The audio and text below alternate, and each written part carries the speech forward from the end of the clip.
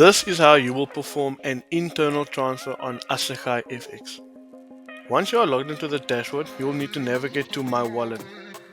Once you press on My Wallet, this will redirect you to the financial section of the page where you'll be able to make your internal transfer. Here you'll be able to see you have two options. You have from and to.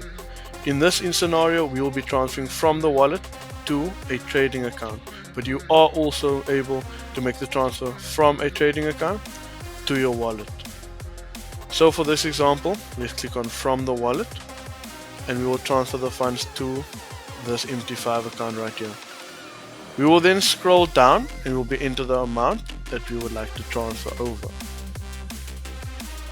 You will then need to enter your profile password in order to submit the request. And once you submit the request, the process will load and your funds will be in the process of being transferred to your trading account.